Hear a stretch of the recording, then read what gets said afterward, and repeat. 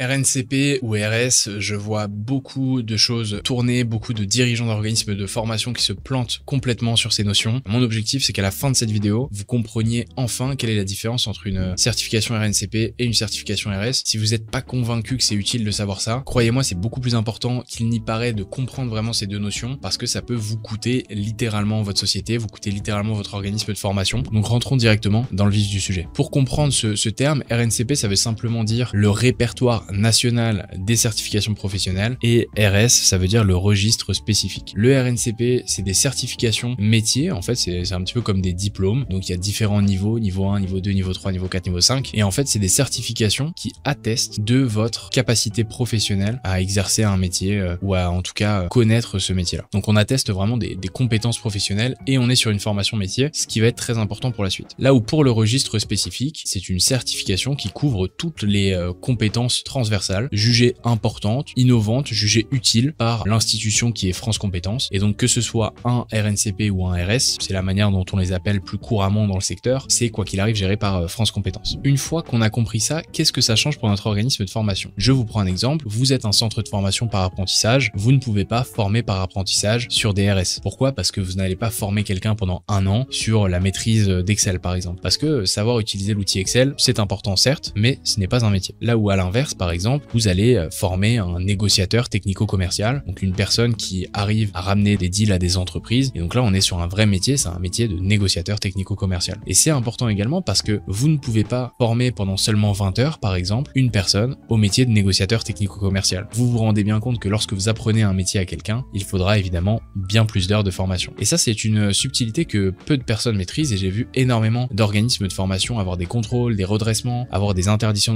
d'exercer, des interdictions également de gérance, parce que en fait sans le savoir ils ont fait de la fraude. En fait ils ont par exemple obtenu un titre de négociateur technico-commercial, mis une formation en ligne de 10 heures sur le CPF en disant qu'ils délivraient le diplôme par la suite. Eux pensaient bien faire, ils pensaient que c'était l'équivalent d'une certification au registre spécifique. Eh bien non, on ne peut pas former quelqu'un à devenir technicien de maintenance, négociateur technico-commercial ou monteur audiovisuel en seulement 10 heures, 7 heures, 5 heures, j'ai même vu parfois 3 heures sur ce type de titre, c'est totalement impossible. Alors, il y a cette notion de bloc de compétences qu'on abordera sans doute dans des prochaines vidéos. Toujours est-il que même un bloc de compétences, c'est très difficile de l'apprendre en 3 heures. Et donc, j'attire vraiment votre attention sur cette différenciation-là à faire, surtout quand vous bossez avec les financements publics. Lorsque vous préparez à un métier sur des formations longues, donc plusieurs dizaines, plusieurs centaines d'heures, vous utilisez une certification RNCP, c'est-à-dire que votre formation à la fin permet de préparer à la certification RNCP en question. Et lorsque vous êtes sur des formations qui sont plus courtes, des formations de 10 heures, des formations de 20 heures, des formations de 35 heures, et qu'on